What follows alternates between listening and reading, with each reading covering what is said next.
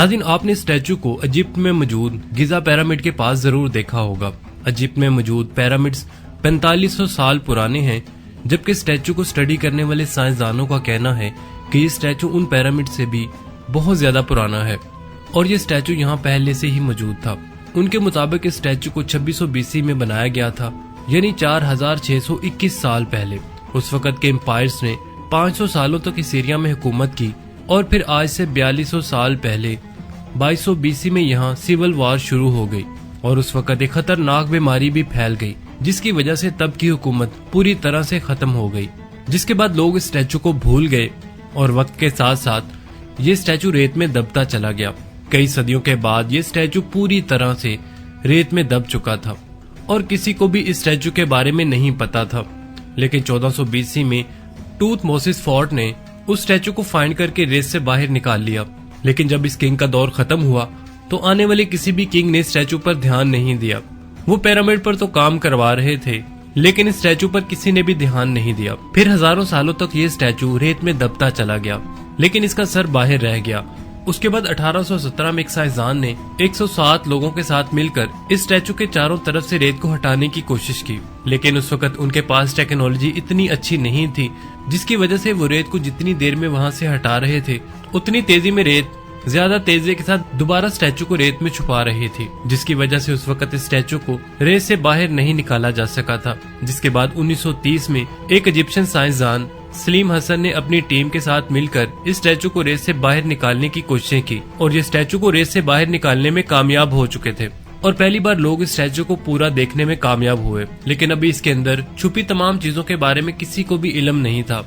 इसके बारे में जानने के लिए थोड़ा पीछे चलते हैं। 1863 में एक आदमी को इस स्ट्रक्चर के पास से एक रॉक मिली थी, जिस पर 2500 BC के किंग काफरे की पेंटिंग बनी हुई थी। साथ ही यहाँ पर कई पिलर्स भी दिखाई दिए, जिनकी तादाद 24 थी, जिनके पास रूम जैसे दिखाई देने वाले छोटे छोटे स्ट्रक्चर भी बने हुए थे। इसके अलावा स्टैचू के करीब ईंटों से बनी हुई एक दीवार भी मिली, जो हजारों सालों से रेत के नीचे दबी हुई थी। लेकिन अब सवाल आता है कि स्टैचू के पास मिली सब चीजों का क्या मतलब है। फिर 1907 में आर्बर्ट नामी एक साइंसदान ने इस पर सर्च शुरू कर दी और उसे पता चला कि स्टैचू के करीब मिलने वाले स्ट्रक्चर एक टेम्पल के हैं। इसकी मजीद डिस्कवरीज कुछ सालों के बाद सामने आई। 1970 में अमेरिकन टूरिस्ट इस स्टैचू के पास से गुजर रहे थे। तब इस स्टैचू से 1 किलोमीटर की दूरी पर एक अमेरिकन लेडी का घोड़ा किसी चीज से टकरा गया, जिसकी वजह से वो औरत नीचे गिरी और जब लोगों ने उस जगह को ध्यान से देखा तो वहाँ छोटी छोटी ईंटों की दीवारें रेत में दबी हुई दिखाई दी। इसके बाद साइंसदानों की एक टीम ने इस जगह को स्टडी करना शुरू कर दिया तो उनको पता चला कि ये ओल्ड किंगडम एम्पायर के दौर का एक बहुत बड़ा कब्रिस्तान था, जिसमें करीब 600 लोगों को दफन किया गया था। इन कब्रों के पास उनके नाम भी लिखे हुए थे और इस डिस्कवरी के 9 सालों बाद लैंडन नामी एक आदमी ने इस जगह के आसपास खुदाई शुरू कर दी। यहाँ कई घरों जैसे स्ट्रक्चर्स को फाइंड किया गया। जब इस पूरे एरिया की मैपिंग की गई तो उनको पता चला कि यहाँ सिर्फ एक कब्रिस्तान ही नहीं बल्कि एक एंशिएंट सिटी भी मौजूद है, जिसका साइज 10 फुटबॉल के ग्राउंड जितना है। यहाँ कई छोटे घर और सड़कें भी मौजूद थीं। साइंसदानों के मुताबिक ये सिटी ऑल किंगडम का है, जिसमें तकरीबन 1600 से लेकर 2000 लोग रहते थे। अब नाज़रीन, सवाल आता है कि ये स्टैचू कितना ज्यादा पुराना है। इसका जवाब अभी भी साइंसदानों के पास नहीं, लेकिन उनके मुताबिक इस स्टैचू को 2540 BC में बनाया गया था। उस दौर के किंग का नाम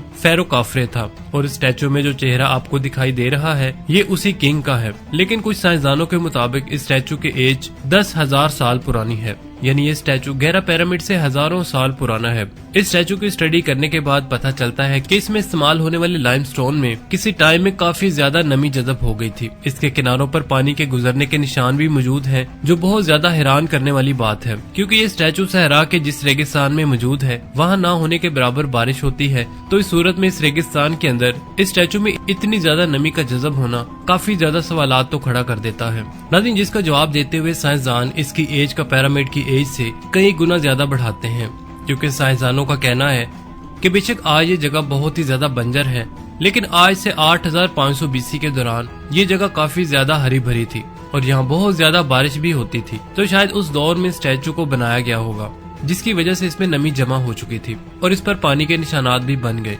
जिसके बाद यहाँ 3500 BC से लेकर 1500 BC के दौरान बहुत ज्यादा तब्दीलियां आईं और ये हरा भरा एरिया एक रेगिस्तान में तब्दील हो गया।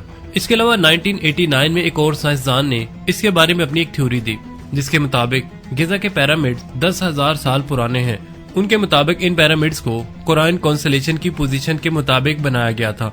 आज इन तीनों स्टार्स की पोजीशन पिरामिड की पोजीशन से मैच नहीं करती, लेकिन साइंसदानों के मुताबिक आज से 10,000 साल पहले इन तीनों स्टार की पोजीशन पिरामिड की पोजीशन से बिल्कुल मैच करती थी और ये स्ट्रक्चर भी 10,000 साल पुराना है। इसके अलावा इस स्ट्रक्चर में अंदर जाने के लिए रास्ते मौजूद हैं। एक रास्ता इसके फेस के बिल्कुल पीछे मौजूद था। इस रास्ते को 1926 में बंद कर दिया गया, लेकिन नाज़रीन उसी वक्त यहाँ काम करने वाले एक आदमी को इसके अंदर जाने का एक और रास्ता मिल गया, लेकिन उस आदमी ने किसी को इस रास्ते के बारे में नहीं बताया। जिसके बाद 1980 में इस रास्ते को दोबारा से डिस्कवर कर दिया गया। इसको रैम पैसेज का नाम दिया गया था। इस बार साइंसदानों ने इस जगह को अच्छे से मैप किया और वो इस जगह को देखकर हैरान रह गए। नाज़रीन असल में ये रास्ता अपर और लोअर दो एरियाज में डिवाइडेड था। इसके ऊपर वाला हिस्सा नॉर्थ वेस्ट की तरफ जा रहा था, जबकि नीचे वाला हिस्सा साउथ वेस्ट की तरफ जा रहा था। इसके अलावा 1980 में यह एक और टनल मिली थी जिसको की होल शाफ्ट का नाम दिया गया। नाज़रीन ये टनल क्यों बनाई गई थी इसके बारे में भी किसी को भी कुछ पता नहीं चल सका। नाज़रीन इस स्ट्रक्चर में बहुत सारी ऐसी बातें हैं जिसके बारे में साइंसदानों को कुछ भी नहीं पता और इसके सर के ऊपर भी एक रास्ता मिला है, लेकिन नाज़रीन अगर अल्लाह का हुक्म हुआ तो आने वाले वक्त में इन तमाम रास्तों का पता चल जाएगा कि इसके अंदर क्या छुपा हुआ है। नाज़रीन वैसे मौजूदा दौर के मुताबिक इसके अंदर बहुत सारे रास्ते हैं, हो सकता है इसके अंदर कुछ मम्मीज मौजूद हों। नाज़रीन इसके बाद नेक्स्ट डिस्कवरी की बात करते हैं। सिडनी यूरोप का एक ऐसा शहर है जिसके बारे में कहा जाता है कि वहाँ बहुत ज्यादा पुरानी चीजें मौजूद हैं। यहाँ तकरीबन 10,000 से ज्यादा एशियन प्लेसेस मौजूद हैं। इन्हीं में से एक ऐसी जगह है जिसकी बनावट ने साइंसदानों को हैरान कर दिया, जिसको एक पहाड़ की शेप में जमीन के नीचे बनाया गया है।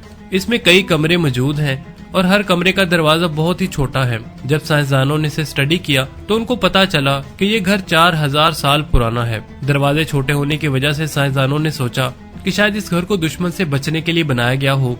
अगर दुश्मन इसमें आ भी जाए तो छोटे दरवाजे होने की वजह से उसका अंदर आना मुश्किल हो जाएगा, जिससे दुश्मन पर हमला करने और भागने का मौका मिल सकता है।